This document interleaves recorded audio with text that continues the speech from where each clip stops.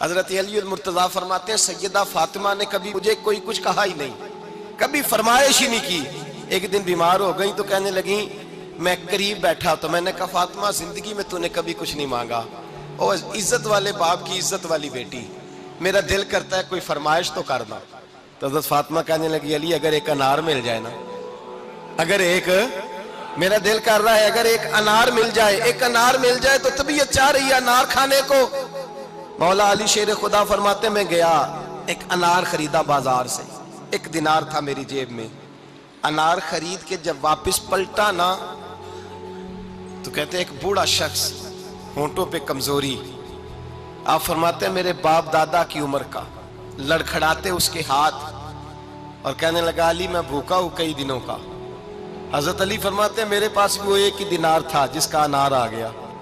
کہتے میں نے اسی وقت وہ انار نکالا، اس شخص کے ہاتھ میں رکھا، بوجھل قدموں سے جب میں اندر داخل ہوا نا تو پاک رسول کی پاک بیٹی، عزت والے نبی کی عزت والی بیٹی، صبر والے محبوب کی صبر والی بیٹی، کہتے ہیں جب میں نے اپنا قدم اندر رکھا دروازے کے تو فاطمہ نے میرا اترا ہوا چہرہ دیکھا تو کہنے لگی علی پیسے اللہ کے راستے میں دے آئے ہو، خیرات کر رہے ہو۔ حضرت شیر خدا رضی اللہ تعالیٰ عنہ فرماتے ہیں میں فاطمہ کی طرف دیکھا تو میں حیران ہو گیا، میں نے کہا فاطمہ تجھے، کہنے لگی مجھے یقین ہے آپ انار لینے گئے تھے، آپ نے خرید بھی لیا تھا، اور مجھے پتا ہے علی میرے ساتھ بے وفائی ہو ہی نہیں سکتی، یہ کسی سوالی نے مانگ لیا ہوگا، علی آ جا، مجھے انار کھانے سے وہ سکون نہیں ملا جو تو اللہ کے راستے میں دے آیا ہے تو سکون ملا ہے، کھانے سے نہیں ملا جو تیرے دینے سے ملا ہے۔ مولا علی کہتے صبر کر کے میاں بیوی بیٹھ گئے تو دروازے پہ دستک ہوئی، کہتا میں اٹھ کے دروازے پہ گیا تو حضرت سلمان فارسی دروازے پہ کھڑے تھے، انہوں نے نا 9 انار مجھے دیے، کہنے لگے نبی پاک نے بھیجے ہیں، یہ 9 انار ہیں نبی پاک نے بھیجے ہیں۔ تو حضرت علی شیر خدا فرمانے لگے ہمارے نہیں کسی اور کے ہیں، ہمارے نہیں کسی پڑوسی کے ہیں، دائیں بائیں دیکھ لے، کہنے لگے نہیں تمہارے ہی ہیں، فرمانے لگے نہیں میرے ہوتے تو 10 ہوتے، اس لیے کہ اللہ فرماتا ہے من جاء بالحسنۃ فلہ عشر امثالھا، تم ایک نیکی کرو گے میں 10 کا اجر عطا کروں گا۔ فرمایا میرے ہوتے تو 10 پورے ہوتے، اللہ رسول نے بھیجے اور میرا یقین کمزور ہو سکتا ہے، میرے ہوتے تو 10 ہوتے، یہ 9 ہے۔ حضرت سلمان فارسی نے جیب میں ہاتھ ڈالا، 10واں بھی نکالا، کہا علی تیرے 10 ہی تھے، میں تو تیرا امتحان لے رہا تھا، 10 ہی تھے تیرے۔ یقین کی دولت زنجیریں کاٹ دیتی، یقین کی دولت انسان کو نواز دیتی۔ جب تو لڑکھڑاتا ہوا آیا ہے، میرے نبی پاک نے فرمایا یوں نہ کہا کر کہ یا اللہ چاہے تو دے چاہے تو نہ دے، جب مالک سے مانگ تو کہا کر یا اللہ تجھی سے مانگنا ہے میں لے کے اٹھوں گا، تو مجھے دے گا۔ فرمایا جتنا تیرا یقین کامل ہوگا اتنا ہی اللہ تجھے جھولی بھر کے عطا فرمائے گا۔ کمزور سا مسلمان، لڑکھڑاتا سا مسلمان دیکھتا ہوں کرتا ہوں، اور یہ بھی نہ دیکھا کریں بھائی ایمان یقین کو استقامت کے درجے پہ لیں، یہ نہ دیکھا کریں کہ وہ کیسے دے گا، وہ کسی وسیلے کا محتاج نہیں ہے، وسیلے کو پسند کرتا ہے، پر وسیلے کا محتاج وہ بغیر وسیلے کے بھی دے دیتا ہے۔ ہر آدمی ماں باپ کے ذریعے پیدا ہوتا ہے، اگر پیدا کرنا چاہے تو جناب عیسیٰ کو بغیر باپ کے پیدا کر دیتا ہے، اگر پیدا کرنا چاہے تو حضرت آدم کو بغیر ماں اور باپ کے پیدا کر دیتا ہے۔ جب یقین رکھیں، یقین، قرآن مجید پڑھیے، حضرت موسیٰ علیہ السلام فرعون کے دربار میں کھڑے ہیں، چاروں جانب دشمن ہی دشمن ہے، جادوگر آ گئے، انہوں نے سانپ چھوڑے، حضرت موسیٰ کے ہاتھ میں ڈنڈا تھا، حضرت موسیٰ کہتے ہیں یا اللہ کیا کروں، تو اللہ تعالیٰ نے فرمایا اپنا عصا پھینک دو، کہنا چاہیے تھا نا کہ یا اللہ ایک ہی تو شے ہے، اتنے سانپ ہے، بچانے کے لیے ڈنڈا ہے وہ پھینک دوں، ڈنڈا پھینکا جاتا ہے، سانپ کو دیکھ کر کے قابو کیا جاتا ہے۔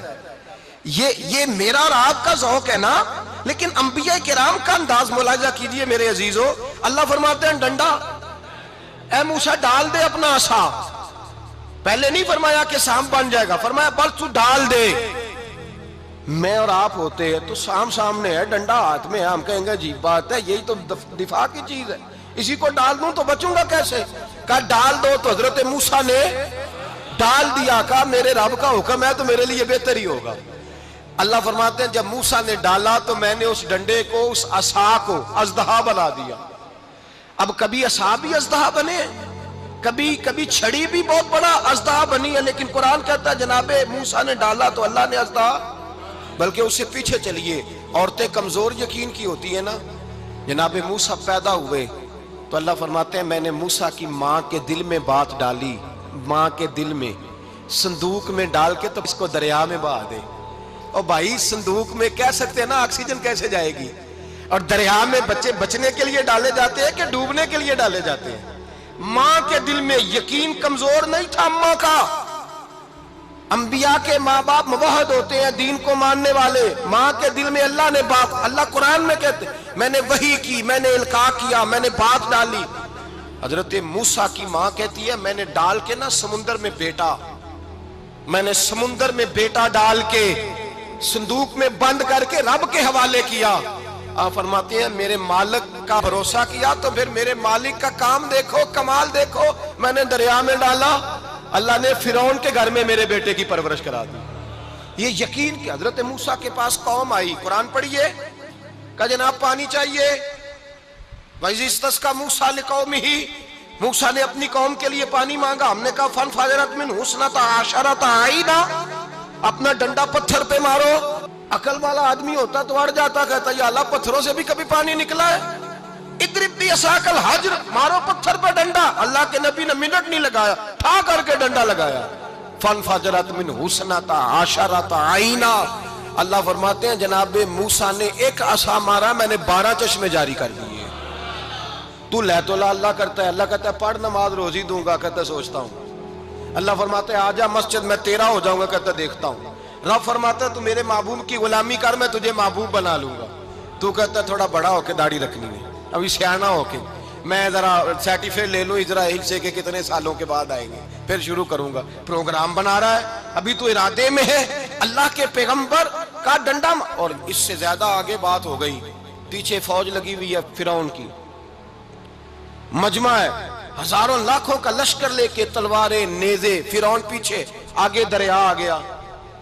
حضرت موسیٰ علیہ السلام کھڑے ہیں، اب کدھر جائیں؟ اللہ پاک نے فرمایا مارو ڈنڈا۔ کہاں؟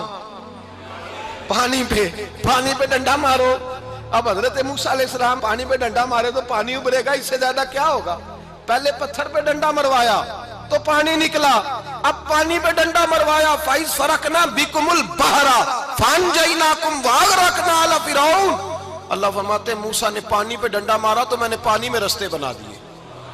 ایک جگہ ڈنڈا مارا تو پانی نکل آیا، دوسری جگہ عصا مارا تو پانی خشک ہو گیا، 12 چشمے بن گئے، 12 رستے بن گئے دریا میں سے۔ حضرت موسیٰ علیہ السلام گزر گئے، اور اللہ فرماتے ہیں فرعون بھی آیا تو اسے میں نے غرق کر دیا، اور وہ کھڑا دیکھتا ہی رہ گیا کہ بنا کیا ہے۔ یہ تو بات ہے حضرت موسیٰ کی، میرے مصطفیٰ کے غلام۔ حضرت سعد بن ابی وقاص قادسیہ کی جنگ کے لیے نکلے، رستے میں دریائے نیل آ گیا۔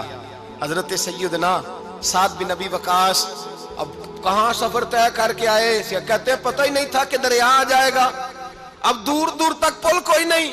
صحابہ کہتے ہیں دشمن للکار رہا، حضرت سعد بن ابی وقاص دریا کنارے کھڑے ہوئے، ایمان، یقین اور استقامت، ڈٹ گئے، کہنے لگے او دریا، اگر تو حضرت موسیٰ کی نافرمان قوم کو رستہ دے سکتا ہے، محمد عربی کے وفادار نوکر ہیں، ہم تو رسول اللہ کے ماننے والے ہیں، دشت تو دشت ہے، دریا بھی نہ چھوڑے ہم نے، بحر ظلمات میں دوڑا دیے گھوڑے ہم نے، فرمایا چھوڑ رستہ۔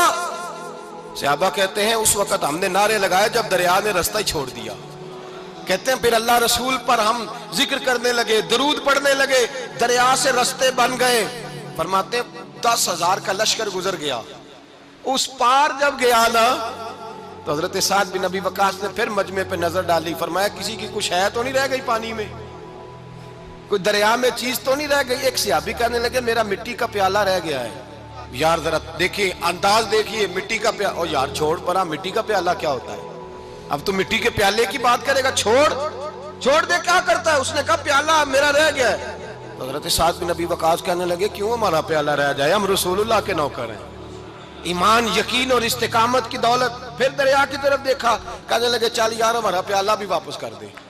صحابہ کہتے ہیں دریا کی لہر آئی اور پیالہ بھی واپس کر دے۔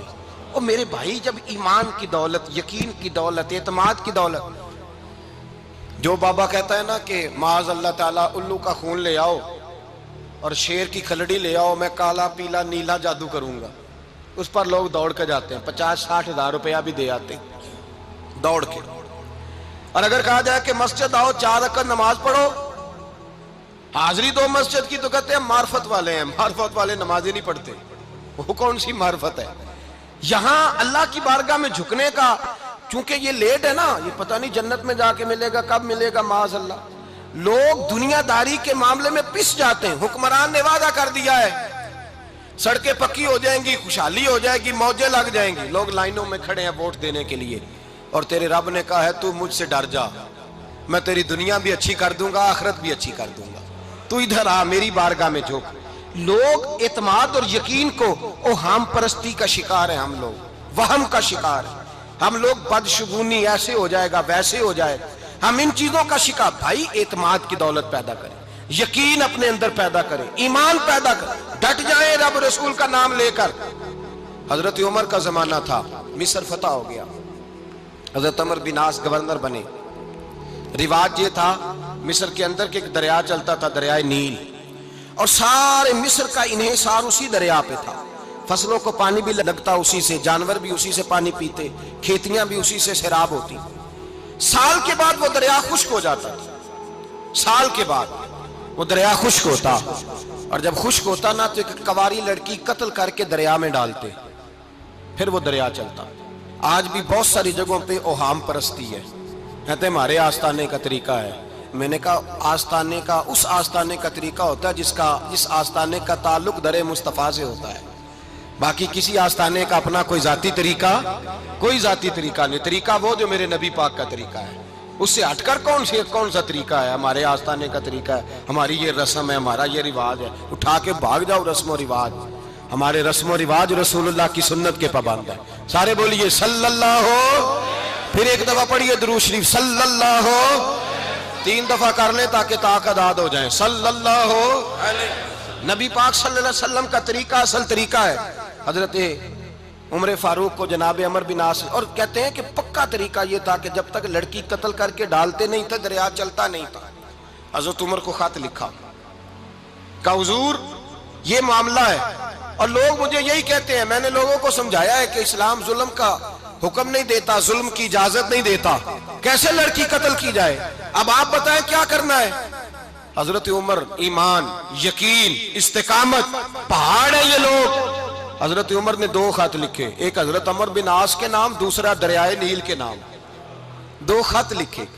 ایک خط لکھا دریا کے نام، ایک خط لکھا عمر بن عاص گورنر کے نام، گورنر کے نام خط لکھا تو فرمایا جتنے یہودی ہیں، عیسائی ہیں، کمزور ایمان والے، سب کو دریائے نیل پہ لے جا، اور میرا یہ دوسرا خط دریا میں ڈال دے اور سب کے سامنے ڈالنا۔ کہتے ہیں یہ خط پڑھنا چاہے تو